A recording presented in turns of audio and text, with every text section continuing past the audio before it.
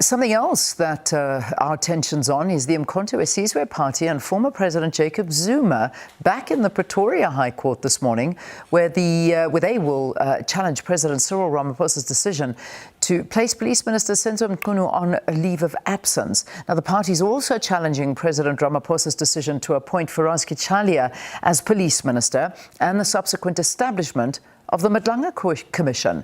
SABC News' Canny Maphanga is there. She has more on this legal challenge. Canny, good morning to you.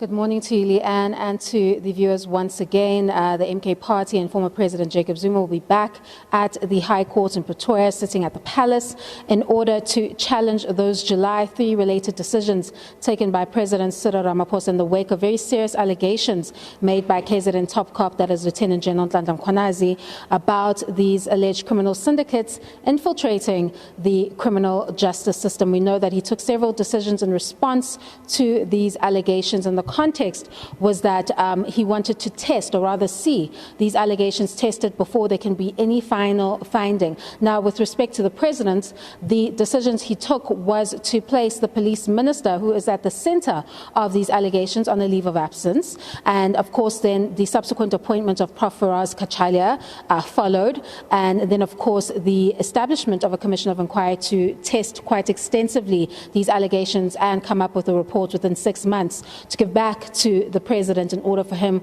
to make a rational decision in light of the findings that this commission will make. Now, we know the Madlanga Commission is already doing its work. It's in between phase 1 and phase 2, and it's heading towards that 3-month mark in December in completing its preliminary report, because it started in mid-September, those hearings, and then, of course, next year it'll continue with some of its hearings. So essentially, this is the first time, as I stated earlier, that the merits will be heard, because the third attempt is directly about the merits, and before they were turned away for multiple different technical issues.